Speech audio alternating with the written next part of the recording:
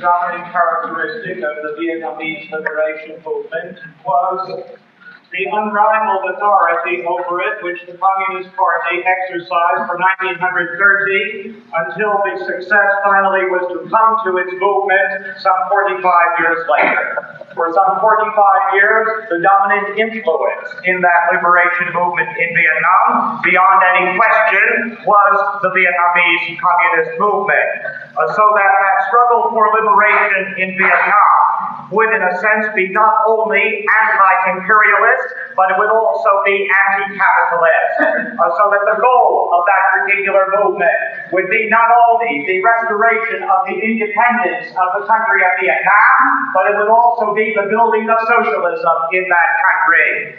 What we're saying in the first instance is that those anti-communist or non-communist nationalist groups and parties proved to be, in Vietnam, perfectly incapable of rallying the masses for some kind of a movement against foreign imperialism. What we're saying in the second place was that the Vietnamese Communist Party, at least from the late 1930s on, until its success in the mid-1970s, that Vietnamese Communist Party was able to anchor its strategy in the national aspirations of the Vietnamese people. So that you're dealing with that very curious and very fascinating phenomenon in Vietnam, in which patriotism and communism become over a series of decades almost synonymous. And that point I would take it to be very critical, because it means that Vietnam would not go the way of certain other third world countries in which the bourgeoisie was strong enough to mount a moderate nationalist movement against foreign imperialism. So moderate in its social vision, as a matter of fact, that it barely threatened the social structure of the society, that it barely threatened the unequal property arrangements of the society. We're thinking of a country like India, for example, where the Indian Congress Party was quite capable of mobilizing the Indian masses in order to drive out British imperialism, only after independence to deliver those masses into the hands of an indigenous bourgeoisie. And in the second place, that Vietnam, as a result, did not go the way of those independence movements such as the Egyptian or the Algerian, in which populism, whether you call it by the name of Nasserism or whether you call it by the name of the ideology of the Algerian Liberation Front, really mystified the class struggle, and after independence turned the state over to a very ambitious petty bourgeois bureaucracy. In Vietnam, it was not that way. In Vietnam, it went differently. And all you have to do, you see, is to cast your eye over some 45 years of history. From 1930, when that Vietnamese Communist Party was founded, down until almost our own day, and you see that at every critical moment, the Vietnamese Communist Party was present, mobilizing the mass, directing it, animating it, guiding it. In those 1930s, for example, when the face of French imperialism was uglier than it had ever been. In the early 1940s, when Japanese imperialism almost completely sacralized Vietnam once and for all. In those critical years between 1946 and 54, those 8 years when the French government threw against the Vietnamese Revolution a massive army in order to destroy it. And finally, in those almost 2 decades, after 1954, when American imperialism, of course, really visited upon the Vietnamese people a veritable technological holocaust against a people who would not yield. And at all times, that Vietnamese Communist Party, and I emphasize it because it is so critical in our understanding of the revolutionary process in general, that party was present, refusing to be defeated, picking itself up after every hammer blow, and all the time, what was critical, planting its influence ever more deeply in the villages of Vietnam. Now, I don't mean to imply by that in before the Vietnamese Communist Party was founded in January of 1930, that the history of that country is void of resistance against French imperialism.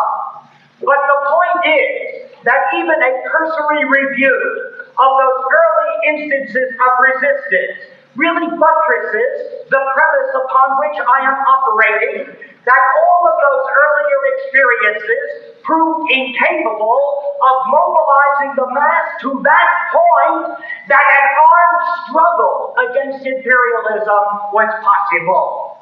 Now, we have noted that the roots of that resistance dig all the way back to the 1880s and the 1890s, to that very first time when the French were conquering Vietnam and were pacifying the country. And I don't mean to underestimate the importance of that early resistance, which came to nourish the collective memory of the Vietnamese people and to give them the idea that they could and they should resist. But what I say about that early resistance is that it was led by mandarins, in other words, by the Confucian bureaucrats of the old monarchy, and that those mandarins had no more efficient social vision for the future than to restore the old monarchical order, which means that their defeat was a foregone conclusion, not only because they could not cope with the technological force of the French, but also because their alliance with the peasantry, her force was circumstantial and not enduring, that the peasantry would rally to them for short periods of time because they hated this French occupation, but that in terms of an enduring relationship, what did the mandarins have to offer to peasants who, after all, wanted a rearrangement of property in the villages? Now we know that in the decade before the First World War, Vietnamese nationalism shifted gears, and that we're talking then about the modernist current.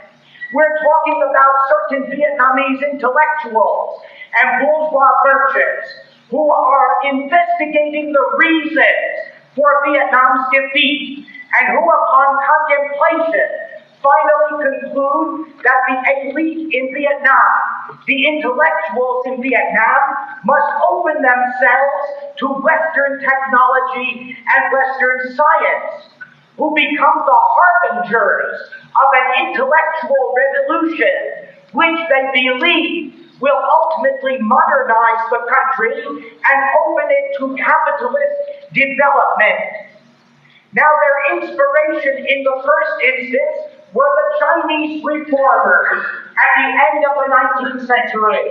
Because you know, in that decade of the 1890s in China, there was a tremendous crisis of conscience. China had lost the war to Japan in 1894 and 5, and again was to suffer at the hands of Western imperialists in 98 and 99, when leaseholds and spheres of influence were carved out of Chinese sovereignty. And so a phalanx of reformers emerged from the court itself and among the mandarins, who said that China, after all, had to reform her state structure and that she had to bury part, at least, of the reactionary Confucian ideology.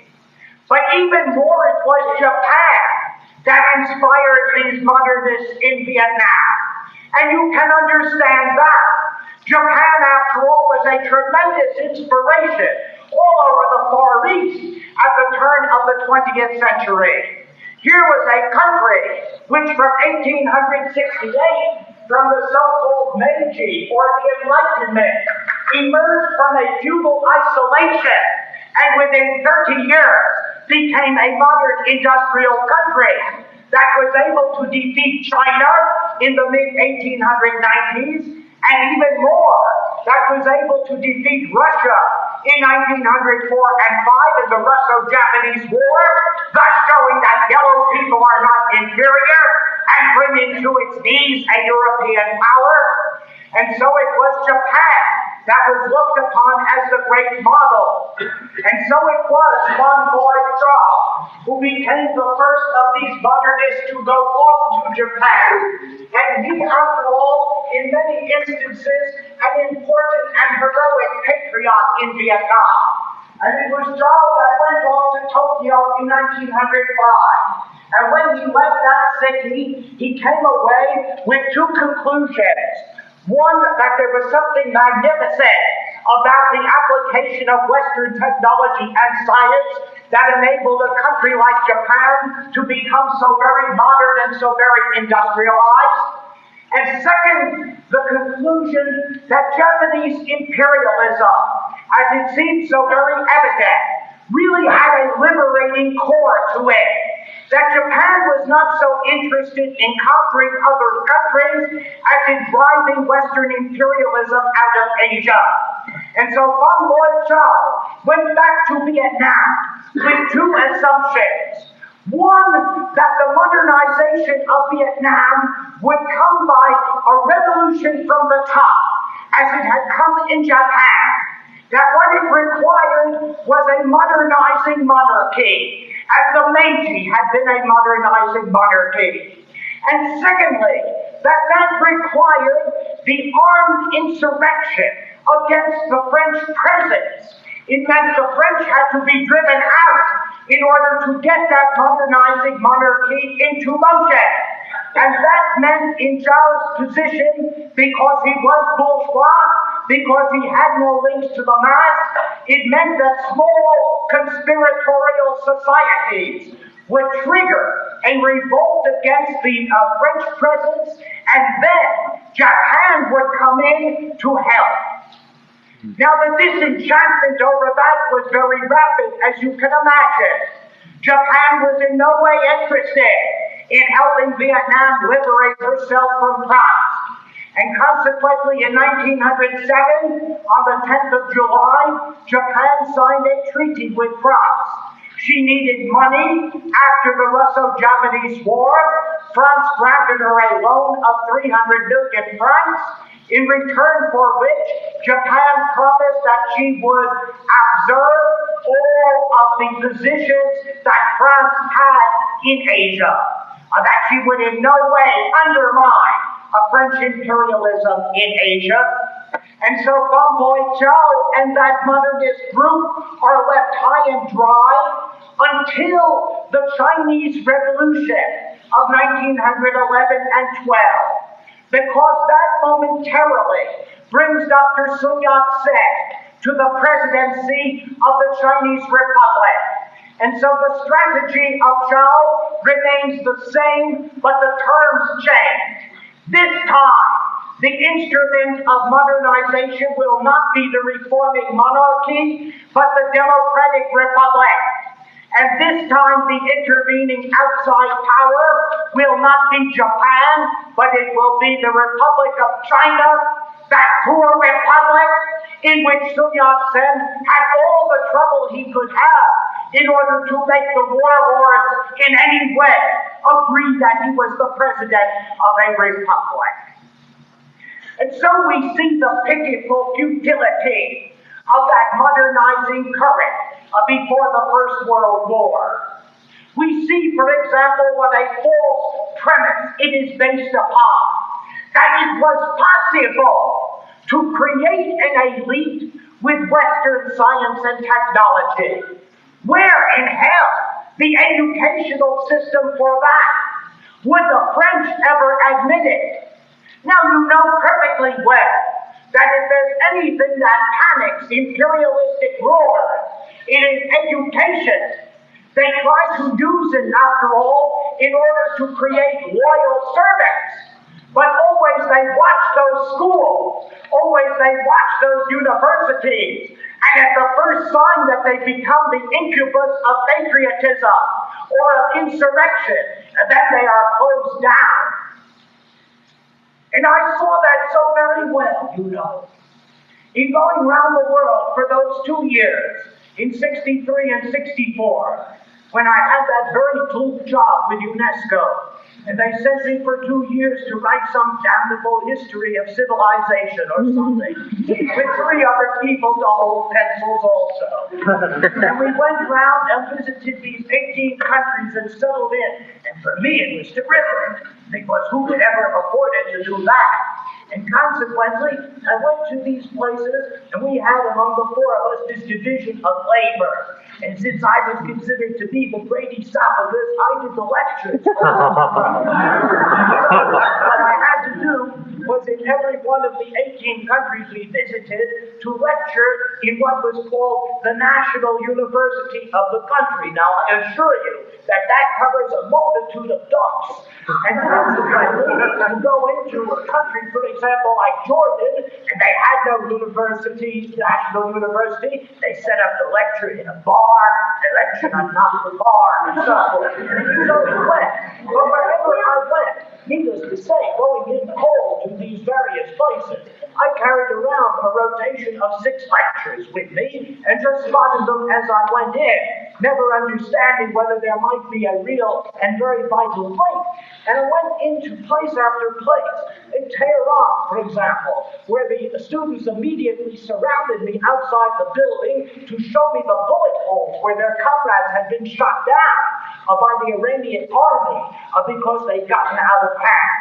But I remember going into Istanbul and lecturing in the National University there. And in the rotation, it came out that I was lecturing on the legacy of the European Enlightenment. But lots of good stuff, you see, about Voltaire and defending to his death and so forth. And all sorts of things about the Collis affair and all of this anti-repressionism of the philosophe. And so I made my lecture. I made it about 4 times before. It wasn't so sensational, frankly. And there was this absolutely thunderous applause. Well, I thought, they have no standards here. What had happened was, which I hadn't known, that the university had just been open for 2 days after 4 days of having been closed down, or 4 months of having been closed down. And why? Because the students had begun a forum series that in a sense began to point out some of the contradictions in Turkish society, and that simply didn't go. And I come in and I'm talking about Voltaire saying, go do it, speak, and so forth and so on. And needless to say, there was a certain fertilization. But it suffices to say that all of that became very apparent to me. That as much as we denigrate the universities and the schools, and as much as we think, for example, that they are, which they surely are, establishment institutions and the like, you get in certain conjunctural situations where there's no other platform and no other place, and consequently they become explosive. So then look at what happened in Vietnam with the so-called free school of Tonkin. That free school had been established with Vietnamese capital. It was private Vietnamese that opened that school in 1907 and enrolled about 1,000 young men and women to study modern science, to study technology, especially to study a little of their history, and not to grow up as those Maghrebians, those North Africans had to grow up under French rule, saying every morning that they blessed their common ancestor Clovis and Charlemagne. Obviously, they wanted to know something about that. And so it became a berceau. So it became an incubus of a certain patriotism, and the French permitted it to last for 8 months and then suppressed it, shut it down, and arrested 2/3 of its teachers. And when it happened that the Annamite peasantry, the peasantry of Annam, protested and went into an insurgent, almost near revolt, in the latter stages of 1908, against high taxes and against the slave labor on the plantations, again, the colonial administration decided it must be the schools, it must have been that free school of Tonkin, and there were literally hundreds of arrests and several executions of this modernist bloc in Vietnam. And you see, even if you take, because there's so much mythology about imperialism, like the idea of good imperialists, and consequently, if you take somebody like Albert Sarraut, who was the Governor General of France in Vietnam twice, between 1911 and 14, again between 1917 and 19, and Salot is a radical that is a member of the French Radical Party, considered to be a great friend of the Vietnamese. But a big block was Salot, and his so-called educational reform consisted of having expanded the number of lycées in the entire country to 6. 3 for the French, 3 for the French and the Vietnamese together. And then for having opened in April of 1917, the so-called University of Hanoi, which was opened simply to recruit lower bureaucrats from the Vietnamese to do low-paid jobs, such an inferior institution that no Vietnamese could have become an engineer or a doctor, something to help his people. But worse than that, because in the final analysis, and I don't denigrate the heroism of somebody like Convoy Chao, who after all fought for the freedom of his country, but these are bourgeois, and they are isolated, and they do not have anything by way of a program for the masses. What will a capitalism in some distant future mean to the Vietnamese masses?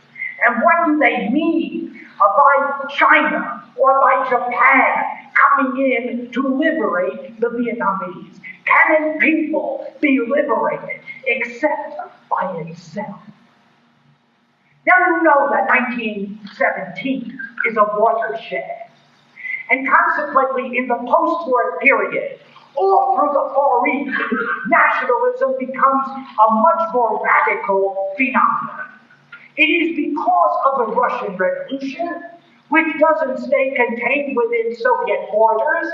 They are those Bolshevik leaders shouting to the toiling masses of the colonized world that they have but to organize and throw off their yoke.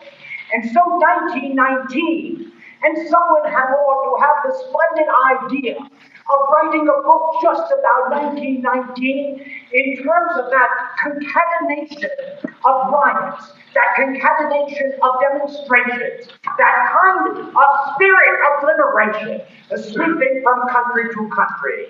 The Amritsar riots in India, the May 4th uprising in China, the rice riots in Japan, the nationalist riots in Indonesia and in Burma. There's something of God in the third world, and especially in Asia. In Vietnam, it holds on until about 1923 and forward.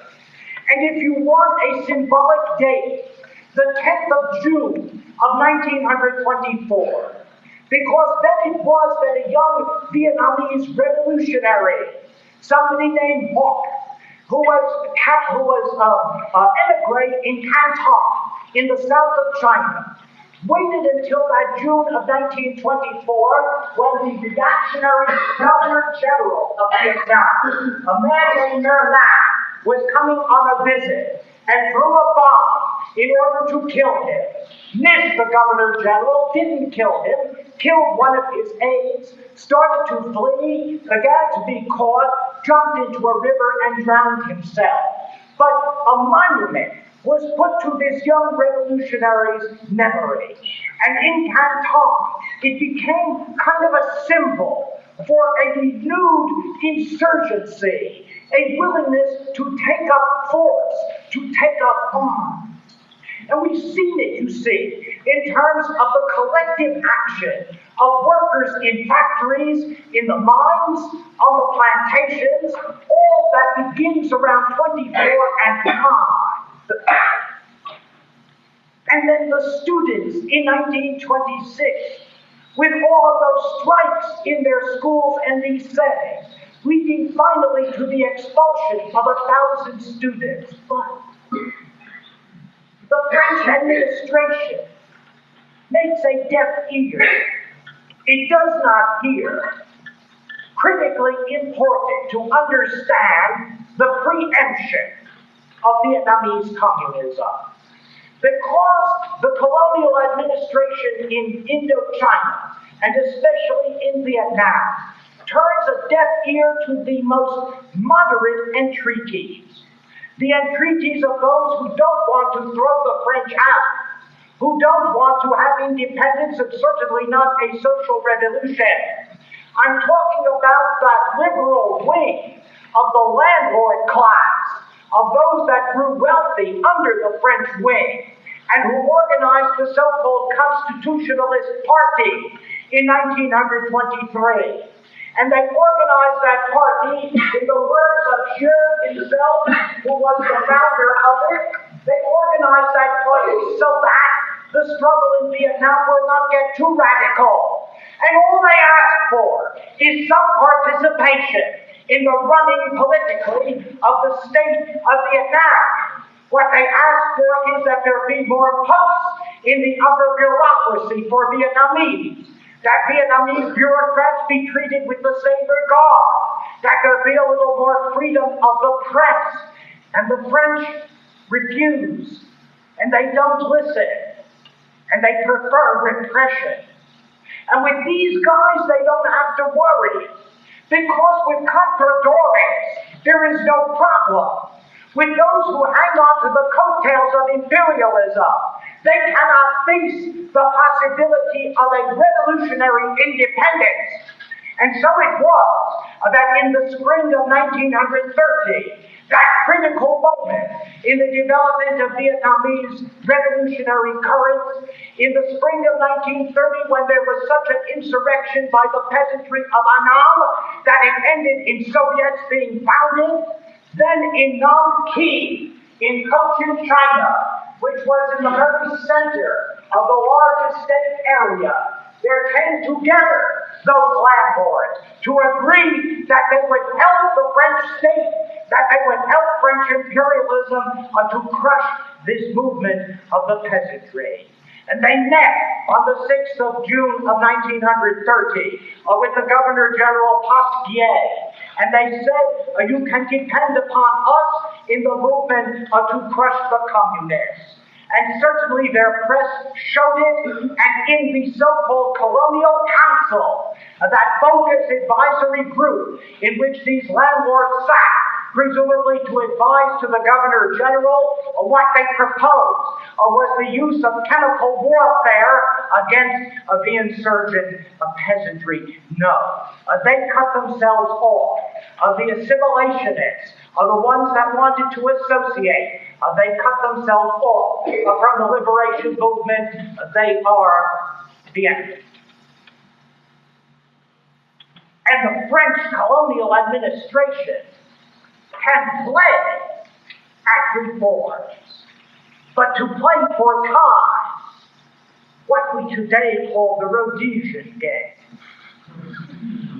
And so it is, for example, that in 1932, after a terrific year of red uprising in 1930, and a year of white terror in 31 that outdid anything the French had imposed in Vietnam, so in 1932, there was terrific uproar, even in metropolitan France, by good-spirited men and women saying that France had become barbarous, that it had become wholly uncivilized in its repression, and the colonial administration on the spot, no, it would do a bit of front reforming. So it brought back the young emperor. The young emperor had been out for 10 years. He was a boy and sent to France to do his schooling. His name was Bao Dai. And Bao Dai had been 10 years in France, from 22 to 32. He came back at the age of 21, something of a playboy. The French brought him back with the idea that he could reform the regime, make it a bit more constitutional. And Bao Dai chose a Catholic mandarin to be the head of his reforming commission, named Ngo Dinh Diem.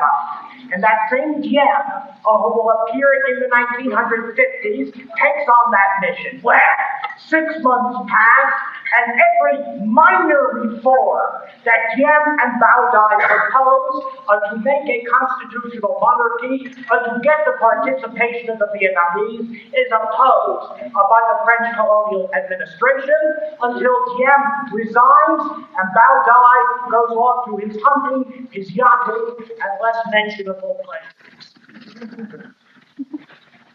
And so the question, but where is the Vietnamese Kuomintang? Where is the bourgeois nationalist movement? It comes almost everywhere, and yet you see Paul Reynaud, whom we know as conservative, even reactionary, who is Minister of Colonies in 1931 in the Laval government, who goes out to Vietnam on a fact-finding mission, wanting to know why all of those riots had occurred in 1930, why the peasantry was so imputated to communism, and Reynaud said, when he got back to France, something that showed his high intelligence at any rate, because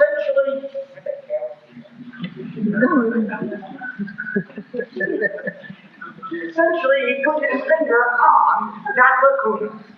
And he said, behind a thin curtain of intellectuals, in the area where in Europe there is a middle class, you have in Vietnam a vacuum.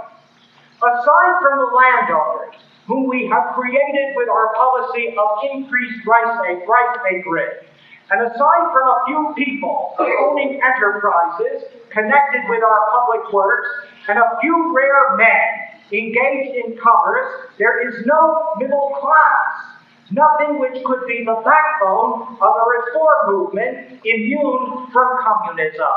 What Reynaud didn't say was that the French did that they systematically de-industrialized Vietnam, that they systematically prevented a native capitalism from developing, that what they did was to show to the Vietnamese masses the very first model of capitalism, foreign owned, exploitative, and show them no profits out of a system of that kind at all.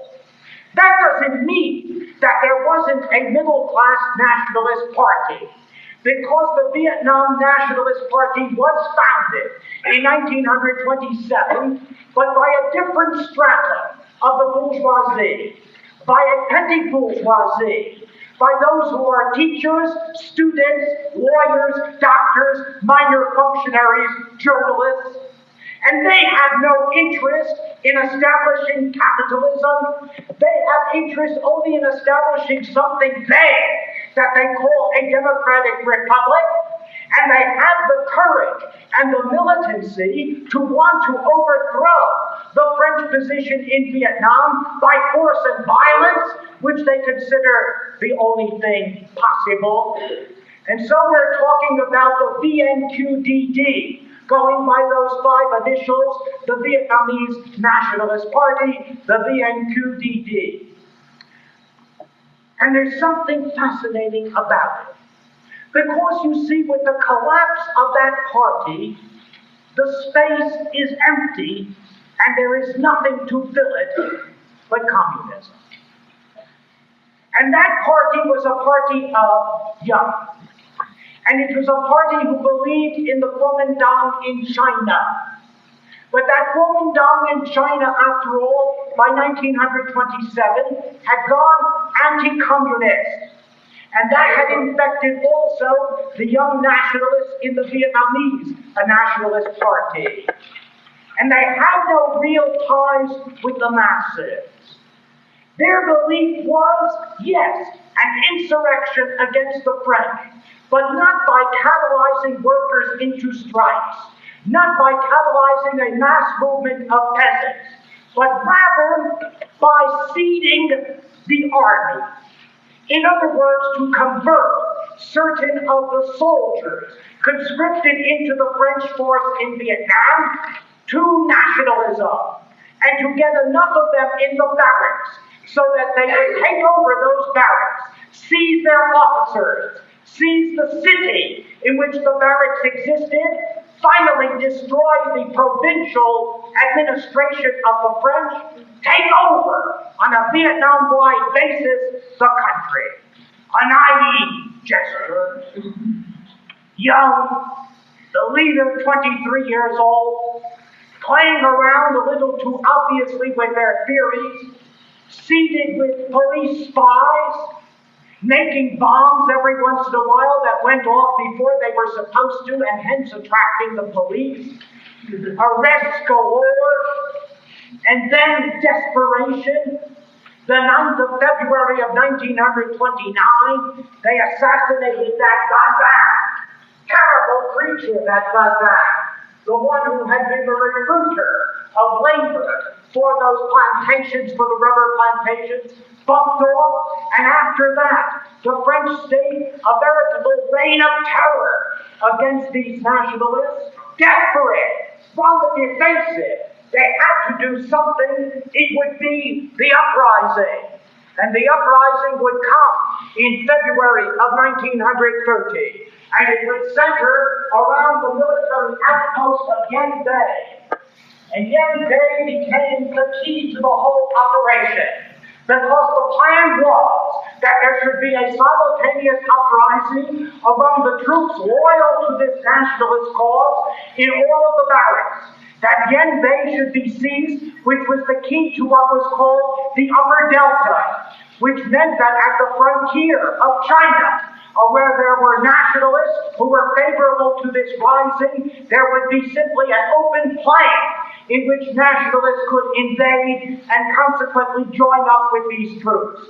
And so the 10th of February of 1930, people, badly organized, not coordinated, at 1 in the morning, the young insurgents in the Yen Bay barracks seized it, raised the red flag, flew it, took the city of Yen Bay, and nothing much else moved. And when it did, it was mowed down. And it was a terrible defeat. And in the wake of it, all of the soldiers who had participated were executed. And some 18 leaders of the Vietnamese Nationalist Party were arrested. And finally, the leader, plus 12 of his cohorts, were executed on the 17th of June of 1930.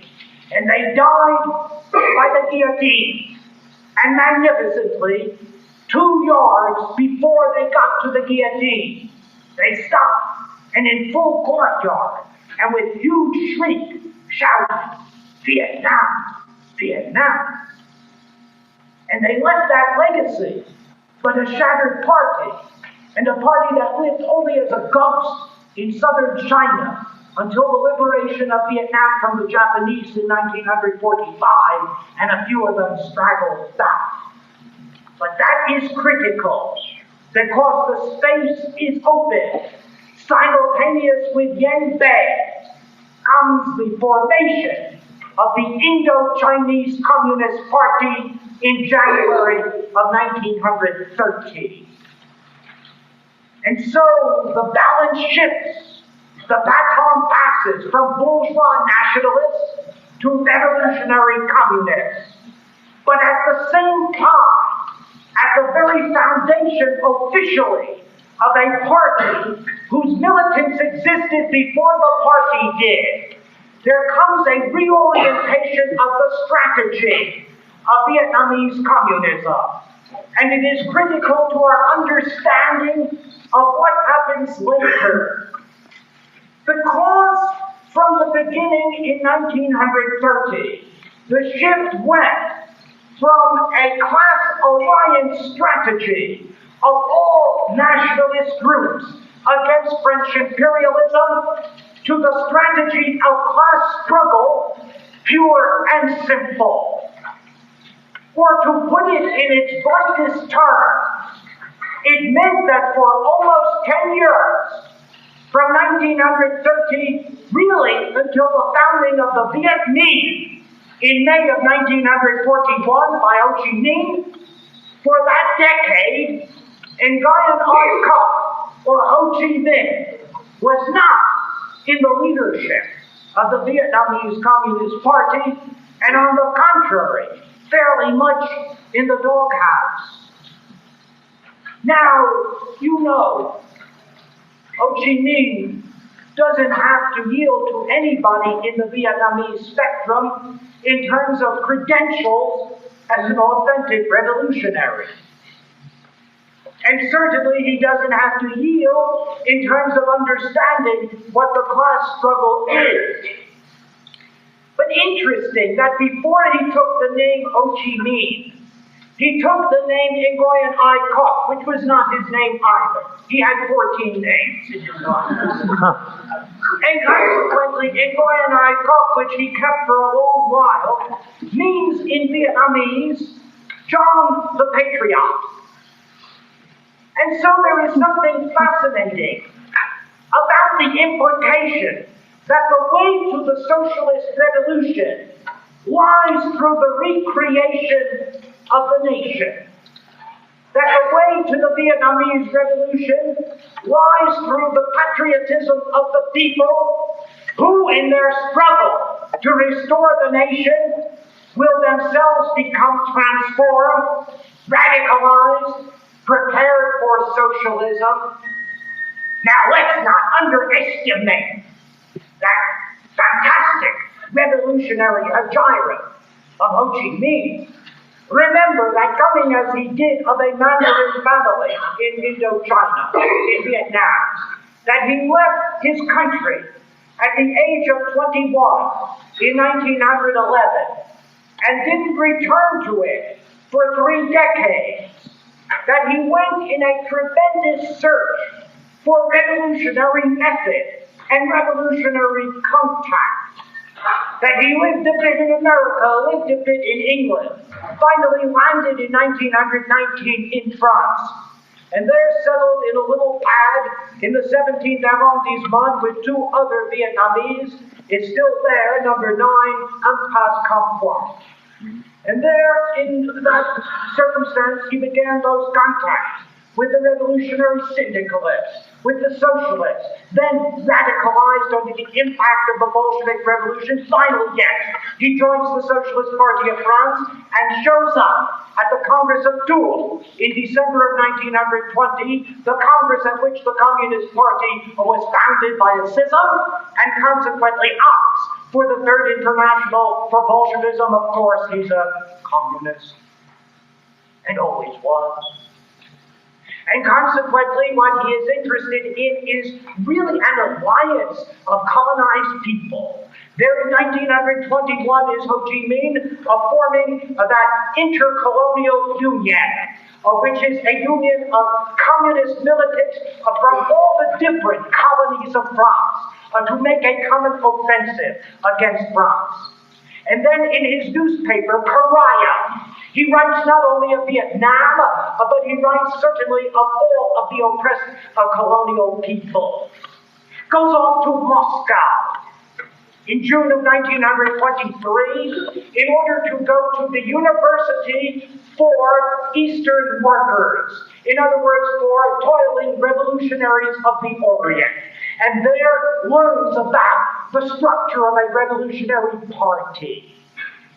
Goes to China in 1925 in January, and there participates in the reconversion of the Kuomintang into a revolutionary instrument by the alliance between Sun Yat-sen and the Soviet Union. But it's in Canton that he meets other really tough revolutionaries from Vietnam.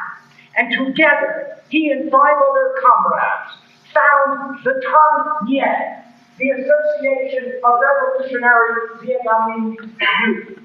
And the Thanh Nien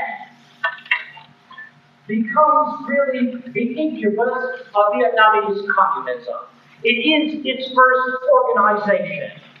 And what happens is that between 1925 and 7, there are a certain number of cadres who are formed by the Thanh Nien. And between 27 and 29, about 250 are sent back into Vietnam. And there they convert about 1,000 others.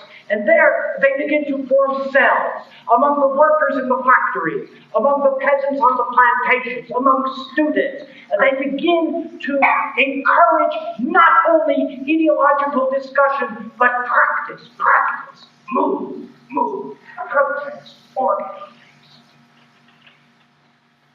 But you know that Canton became inhospitable after April of 1927, because Chiang Kai-shek got paid off, we know, and consequently went to the western side, and against, really, the anti-imperialist movement, broke with the Chinese communists. And so the Vietnamese militants who were billeted in Canton lived on borrowed time. By December of 1928, they were driven out of the country. They went to Hong Kong. And then, in the middle of 1929, in June, they held the first Congress of Tang Yen. And that's interesting, because there was a conflict. And Ho Chi Minh presented a program. And the program he presented was democratic, reformist. In a way, it was a program of transition. It would lead ultimately to socialism, but not at once. What he is saying in effect is, go close to the mass. Learn what their grievances are. Fertilize those grievances. Let them fight for what is immediate in their eyes.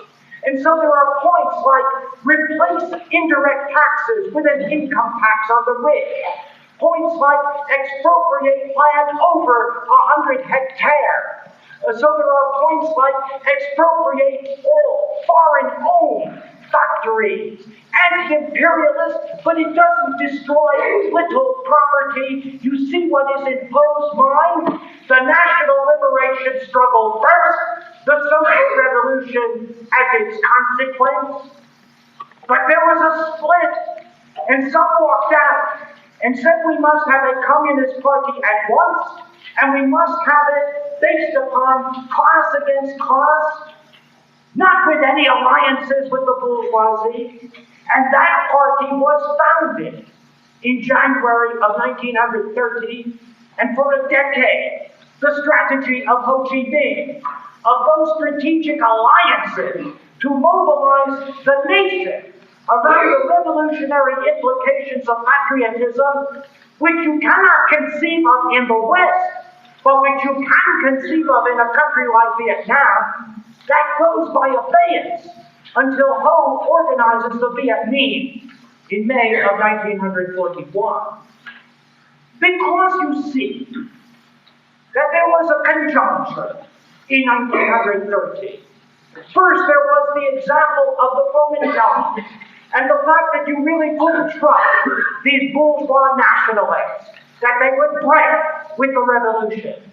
Secondly, there was the Sixth Congress of the Communist International, held in 1928. And you know Stalin, who had been long in the business of selling out the revolution, suddenly decided that it was a time when capitalism was on its tenterhooks. Now, 1928 wasn't such a date, but the Sixth Congress said that now capitalism is on the defensive, that there must be an offensive, class against class. That was the motto. For colonial countries, it meant no alliances with the bourgeoisie.